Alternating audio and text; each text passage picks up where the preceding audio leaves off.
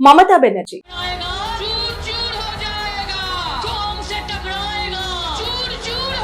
దేశ రాజకీయాల్లో fire brand leader అంటే చాలా మందికి ముందుగా గుర్తొచ్చే పేరు మమతా బెనర్జీ.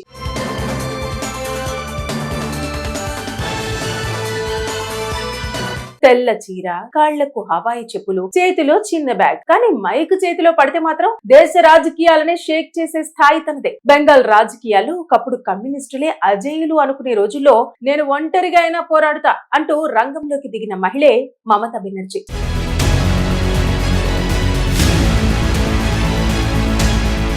1955లో కోల్కతాలో ఒక సాధారణ మధ్యతరగతి కుటుంబంలో జన్మించింది మమత. చిన్నప్పటి నుంచే ఆమె జీవితం అంత ఈజీగా సాగలేదు.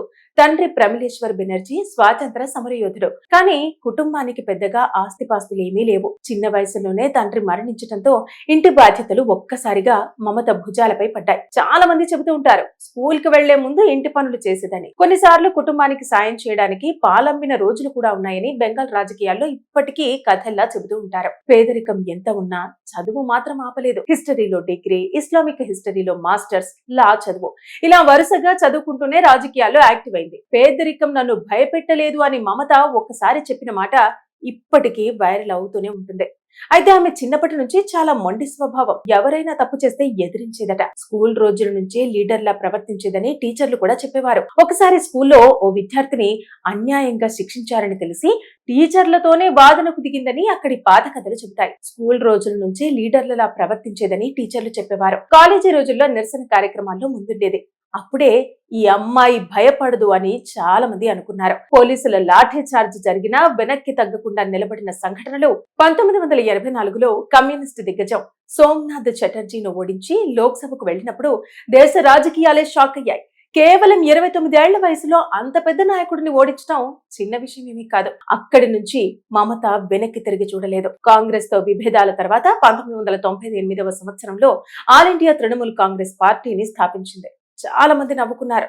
బెంగాల్లో కమ్యూనిస్టులను ఎవ్వరూ ఓడించలేరన్నారు. కానీ మమత మాత్రం రోడ్లపై పోరాటాలే ఆయుధంగా ముందుకు వెళ్ళింది. సింగూర్, నందిగ్రామ్ ఉద్యమాలు ఆమెను ప్రజల నాయకురాలిగా మార్చేశాయి. రైతుల కోసం పోరాడింది. పోలీసులతో ఘర్షణలు ఎదుర్కొంది. చివరకు 2011వ సంవత్సరంలో 34 ఏళ్ల కమ్యూనిస్టు పాలనకు ముగింపు పలికి వెస్ట్ బెంగాల్ తొలి మహిళా ముఖ్యమంత్రిగా చరిత్ర సృష్టించింది. కానీ మమత గురించి ప్రజలకు ఎప్పుడూ ఒక డౌట్ ఉండేది, ఆమె ఎందుకు పెళ్లి చేసుకోలేదు అని. దీనిపై మమత చాలా సార్లు ఇండైరెక్ట్ గా మాట్లాడింది.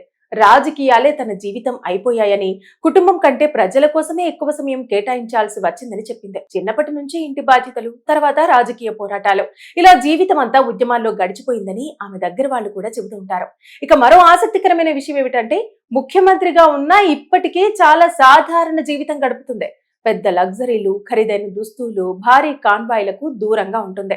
తెల్ల చీర, హవాయి చెప్పులు, చిన్న ఇంట్లో జీవితం, ఇవే ఆమె స్టైల్. అందుకే చాలా మంది ఆమెను పవర్ లో ఉన్న సాధారణ మహిళలా ఉండే నాయకురాలు అని అంటారు. అయితే రాజకీయాల్లో విజయాలతో పాటు వివాదాలు కూడా ఆమెను వెంటాడతాయి. ఇటీవలి ఎన్నికల్లో తృణమూల్ కు ఎదురు దెబ్బలు తగిలాయి. అవినీతి ఆరోపణలు, టీచర్ రిక్రూట్మెంట్ స్కామ్, పార్టీ నేతలపై కేసులు, రాజకీయ హింస, ఇవన్నీ ప్రజల్లో అసంతృప్తి పెంచాయి. ముఖ్యంగా యువతలో ఉద్యోగాలు కాదు స్కామ్స్ మాత్రమే కనిపిస్తున్నాయి అనే కోపం పెరిగింది. ముఖ్యంగా మాజీ మంత్రి పార్థ చటర్జీ కేసు బెంగాల్లో సంచలనమైంది. కోట్ల రూపాయల నగదు బయటపడిన విజువల్స్ ప్రజల్లో తీవ్ర ప్రభావం చూపించాయి. మమత అవినీతిని ఆపలేకపోతోంది అనే భావన పెరిగింది. మరో పెద్ద రాంగ్ స్టెప్ ఏమిటంటే, మమత తన పాత స్ట్రీట్ ఫైటర్ ఇమేజ్ ను కొంతవరకు కోల్పోయిందనే అభిప్రాయం. ఒకప్పుడు సామాన్యుల మధ్య తిరిగే లీడర్ గా కనిపించిన ఆమె ఇప్పుడు పార్టీ నేతల చుట్టూ మాత్రమే ఉండిపోతుందనే విమర్శలు వచ్చాయి. ఒకప్పుడు సామాన్యుల మధ్య తిరిగే స్ట్రీట్ ఫైటర్ ఇమేజ్ ఉన్న మమత ఇప్పుడు అధికార రాజకీయాల్లో చిక్కుకుపోయిందనే విమర్శలు కూడా వచ్చాయి. అదే ఎన్నికల్లో ప్రభావం చూపిందని విశ్లేషకులు చెబుతున్నారు. మమతా బెనర్జీ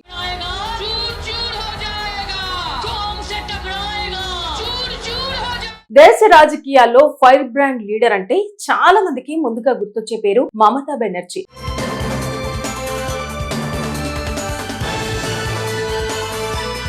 తెల్ల చీర, కాళ్లకు హవాయి చెప్పులు, చేతిలో చిన్న బ్యాగ్. కానీ మైక్ చేతిలో పడితే మాత్రం దేశ రాజకీయాలనే షేక్ చేసే స్థాయి తనదే. బెంగాల్ రాజకీయాలు ఒకప్పుడు కమ్యూనిస్టులే అజేయులు అనుకునే రోజుల్లో నేను ఒంటరిగా అయినా పోరాడుతా అంటూ రంగంలోకి దిగిన మహిళే మమతా బెనర్జీ.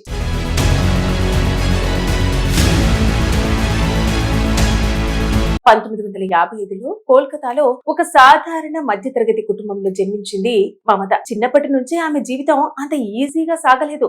తండ్రి ప్రమిళేశ్వర్ బెనర్జీ స్వాతంత్ర సమరయోధుడు. కానీ కుటుంబానికి పెద్దగా ఆస్తిపాస్తులు ఏమీ లేవు. చిన్న వయసులోనే తండ్రి మరణించడంతో ఇంటి బాధ్యతలు ఒక్కసారిగా మమత భుజాలపై పడ్డాయి. చాలా మంది చెబుతూ ఉంటారు, స్కూల్ కి వెళ్లే ముందు ఇంటి పనులు చేసేదని. కొన్నిసార్లు కుటుంబానికి సాయం చేయడానికి పాలమ్మిన రోజులు కూడా ఉన్నాయని బెంగాల్ రాజకీయాల్లో ఇప్పటికీ కథల్లా చెబుతూ ఉంటారు. పేదరికం ఎంత ఉన్నా చదువు మాత్రం ఆపలేదు. హిస్టరీలో డిగ్రీ, ఇస్లామిక్ హిస్టరీలో మాస్టర్స్, లా చదువు, ఇలా వరుసగా చదువుకుంటూనే రాజకీయాల్లో యాక్టివ్ అయింది. పేదరికం నన్ను భయపెట్టలేదు అని మమత ఒక్కసారి చెప్పిన మాట ఇప్పటికీ వైరల్ అవుతూనే ఉంటుంది.